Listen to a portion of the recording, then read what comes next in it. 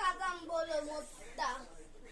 দেখেছেন আমাদের কাঁঠাল কত বলে, এত বলো, এত